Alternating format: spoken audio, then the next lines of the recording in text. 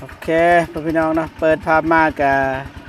อยู่ที่หมู่บ้านตะเกียวพี่น้องเนาะเมืองท่าแตงแขวงเซกองพี่น้องนะน้องอับดุลกำลังพดผักน่าจะเป็นมักเพชรพี่น้องเลย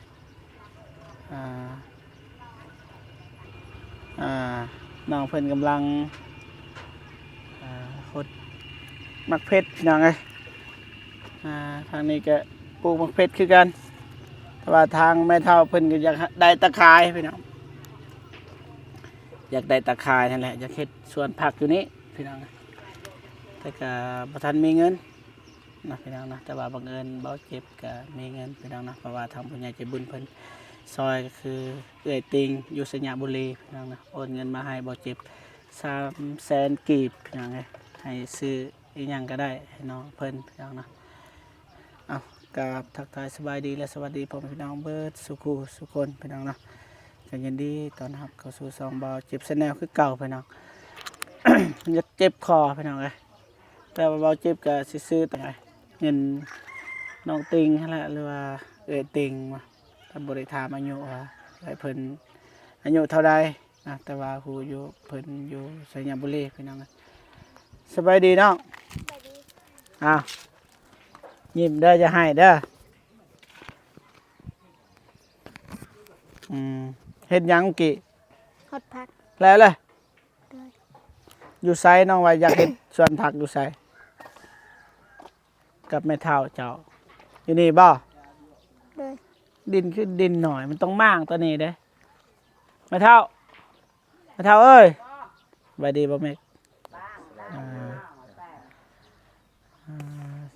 สบายดีแม่เฒ่าสบายดีนบเบิ่งสบายดีโดยนี่เข้ามาทางนี้นี่เข้าทางนี้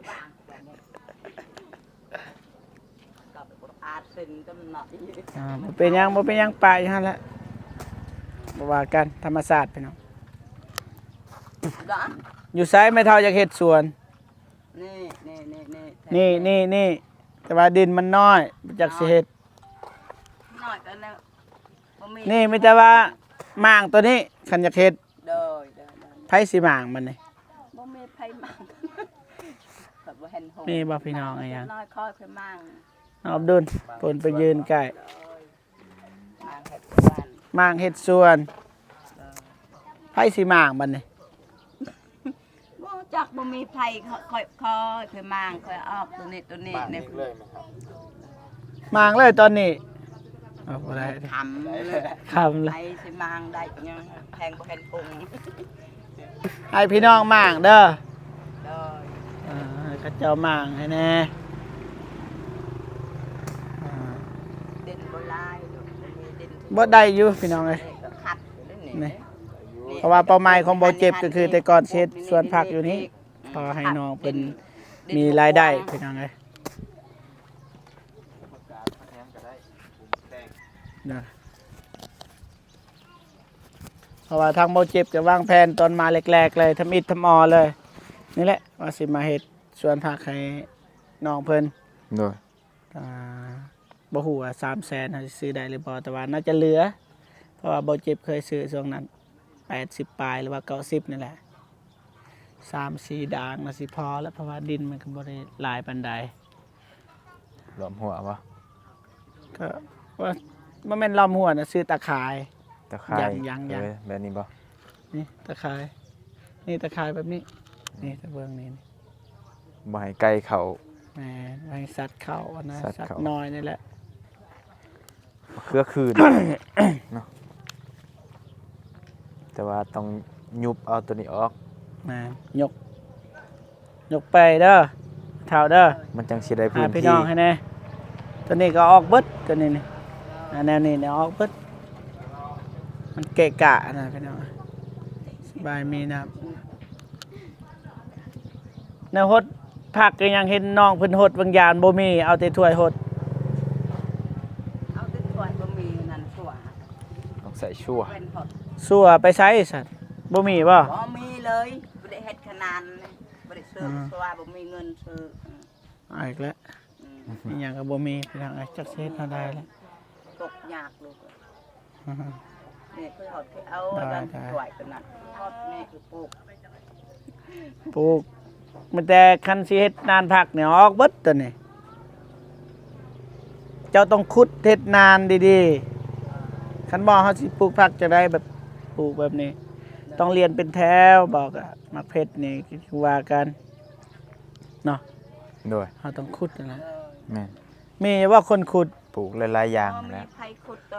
นี่ นี่เด้ น้องอับดุล ใหญ่เติบนะ ขุดเป็นบ่นานผัก นี่เด้ จกส่วนมีบ่ บ่จกสวน อะไร ก็บ่มี นี่ ช่างๆก็บ่มี เด้ น้ำยา พี่น้อง พี่น้อง ปองปลาย นี่แหละ นี่ยืมเอาเด้อ บ่เป็นเขาบ่ให้เฮา โอ้ย ให้เฮายืมยานเชียร์ ก็รักษา อืม รักษาแห่งตาบอดบ่เห็น บ่ ยานเพิ่นปะนี่ฮะ ให้ลาน ยานยืมเด้ ให้ร้านรักษาได้บ่ ก็อย่าปลมนำไปรักษาเงายืมจกสวนไง คันเอาสิซื้อก็ยันบ่มีเงินนั่นแหละพี่น้องเอ้ยเพราะว่าเฮาอยากซื้อตะข่ายเด้ แม่น จกกับตะข่ายจะสิเลือกกันได้เอา ก็ติดตะนางเอากวักก็ยืม เลือกตะนางบ่ นำไปจกเอากวักอันว่าอันวารสุป ก็ยืมมาดำข้าวดำได้ได้อยู่ดอก แม่นยืมมากก็ให้เขาเจ้าซอยกัน เด้มาขุดนี่ซื้อแล้วก็ไปส่งเพิ่นยินบ่ เฮือนซานฮอดไซแล้วเฮือนซานบ้านซอง เพิ่นเฮ็ดฮอดไส้เลยเฮือน เพื่อน โดย เพื่อน เพิ่นครัวเจ้าแปดมันมาบ่ ยัง เออ เขาสั่งแล้วยังมาทันได้ โดย เงินพลอยบ่ เลย พลอยบ่เบานงให้เท่าใด 4 ล้าน 4 ล้านมาสิพออยู่ที่เนาะ พออยู่ 4 ล้าน บ่ฮู้ว่าแผนเท่าใดอยู่นี่แผนเท่าใดไปสั่งไม่แปล เด้อบ่จัก ไผเป็นคนสั่ง อันหมออันภูเขาดินตัวนี้ อืม เพิ่นไปสั่งบ้านตุ้มหย่อบ่จักใส่เขาก็บ่จักคือกัน ได้ได้ บ่จักนี่ลูกมันนั่นคอย ได้ได้ เขาอยู่คอย มันจะจังซี่แล้วพี่น้องนี่ซื้อตะข่ายนี่ซื้อตะข่ายมาใส่ตัวนี้นี่มาให้ไก่มันเข้า โดย ประมาณ4ด่างพอละ3เพราะว่าเราเคยซื้อให้น้องใหม่ใหญ่กว่านี้น้องใหม่ อืม น้องใหม่3ด่างหรือว่า4ด่างแล้วตัวนี้นี่3ก็ได้แล้วไปเบิ่งเฮือน มาแล้วก็แหวดิ มีเฮาซื้อให้เลยมื้อนั้น น้ำซื้อให้น้ำมาให้หวานก็ไปหวานมาเอาปีเดี๋ยวก็ไปดักเลย ตอนเฮาซื้อให้เด้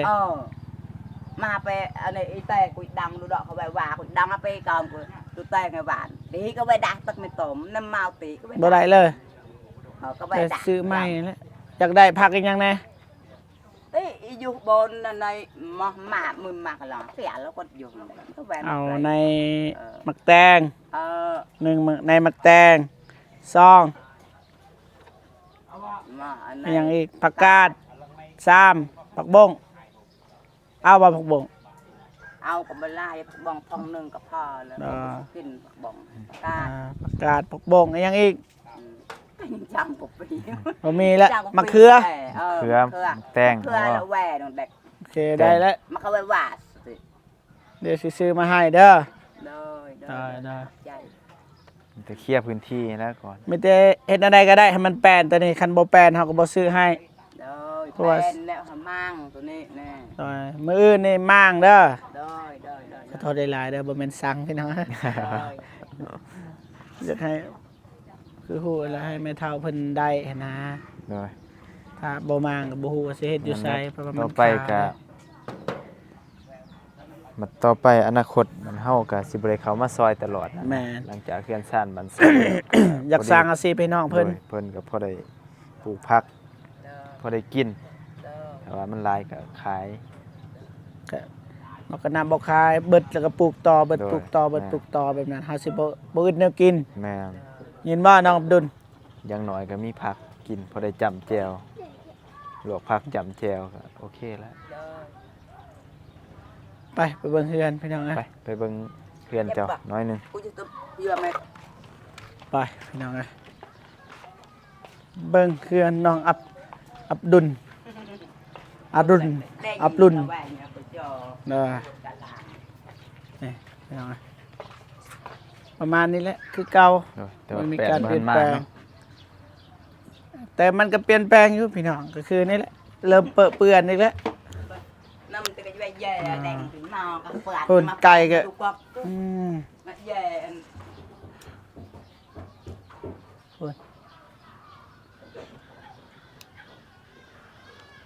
ปลาวัดน้อยอีหยังนี่อีหยังนี่ข้าวว่าเป็นข้าว โอ้ คือปะอยู่นอกบ่ยานบ่หมูหลัก มูลักก็เฮ็ดเดียวได้บ่มีเหือน นี่เด้ข้างใน บ่นะเขาบอกบ่อยากเอาไว้นะของเฮาก็เอาไว้ในเฮือนเฮาเองลูกเต่าเขาพับเอาไว้เนาะ นี่นะเฮือนหลังนี่นะบ่นอนนี่นะ เต็ม เต็มละ เต็ม มีอีหยังย่างบ่เนาะกินเนาะอยาก มีไข่หยังย่างบ่ พระเจ้ามาปลุนยังอันเจงที่มีไข่กูก็จะไปทำที่บ้านตาหมกไม่แอนมันถือไม่อยู่ ย่างก็บ่มี เบอร์ปลุน เบิ่ง แอนนี่ท่อโคตรดารา อ๋อยังลายอยู่เด้อพี่น้องเด้อบ่ต้องเป็นห่วงเรื่องแนวกิน เรื่องข้าวเรื่องน้ำมันแต่ว่าเฮาสิเฮ็ด ใช่ไม่เลย เกินครัวให้มันแล้วซะว่าไง ยังนั่งลูก เอาได้แล้วไหม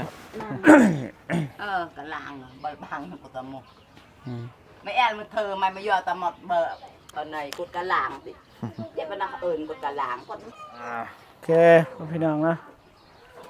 มีแต่ว่าเบาเจ็บก็สิเอาเงินให้พี่น้องเงินที่เอื้อยติงเพิ่นหรือว่าน้องติงเนี่ยนะเราก็อายุน่าสิยังน้อยอยู่ตามที่เฮาได้ลงกันพี่น้องนะเพิ่นก็อยู่สระบุรีเพิ่นโอนเงินมาให้300,000กีบพี่น้องเข้าบัญชีเบาเจ็บพี่น้องตอนนี้มีแต่ว่าสิมอบให้น้องอับดุลเพิ่น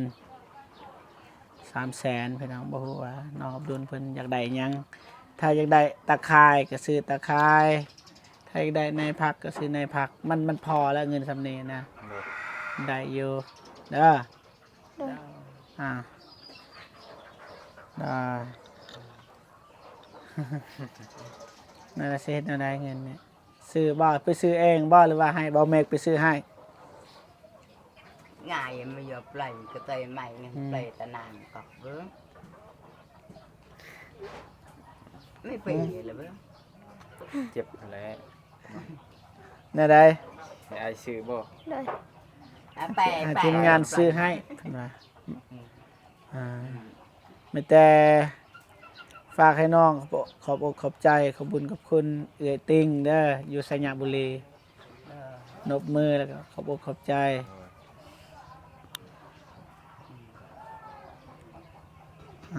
ขอบอกขอบใจเพิ่นเป็นบ่ ไม่จับ มันเป็นบ่ มาสิสอนให้ซันเด้อเว้าตามเด้อ มาตา ขอบใจหลายๆเด้อ ขอบใจหลายๆเด้อ เอื้อยติง เอื้อยติง ที่เมตตาสงสาร ที่เมตตาสงสาร น้องอับดุล น้องอับดุล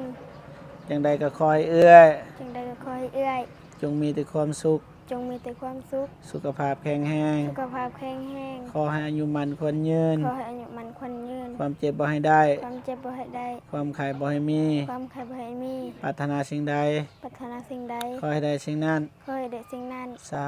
ธุ สาธุ อ่าฝึกเด้อใหญ่มาสิได้เป็นนะยินบ่ โดย ไปเบิ่งคลิปเด้อไปเบิ่งคลิปแล้วก็เบิ่งตามที่น้ำบ่าวสอนเด้อ โดย มื้อหน้าน้ำบ่าวมาต้องเป็นเด้ยินบ่ถ้าบ่เป็นนี่ไม่แซ่ มีครู เคยถือบ่ไม่แซ่ไม่แซ่ไม่เท่านี่เจ็บเด้ ได้มันกาแฟ ตลอดบ่ เคยบ่ บ่ เคยบ่ไม่เท่าจะเคยเสียนบ่เขียนไม่แซ่ให้หลานเคยบ่ กูก็ไม่เคยมานั่นไม่แปะอันไหนเอาวิเลยกูอยู่อ่ะ เวเลยเด้ วิเลยนำการจับอ่ะมาเป็น ไม่เท่าเพิ่นว่านี่ไม่แซ่เลยคันบ่เป็น โดย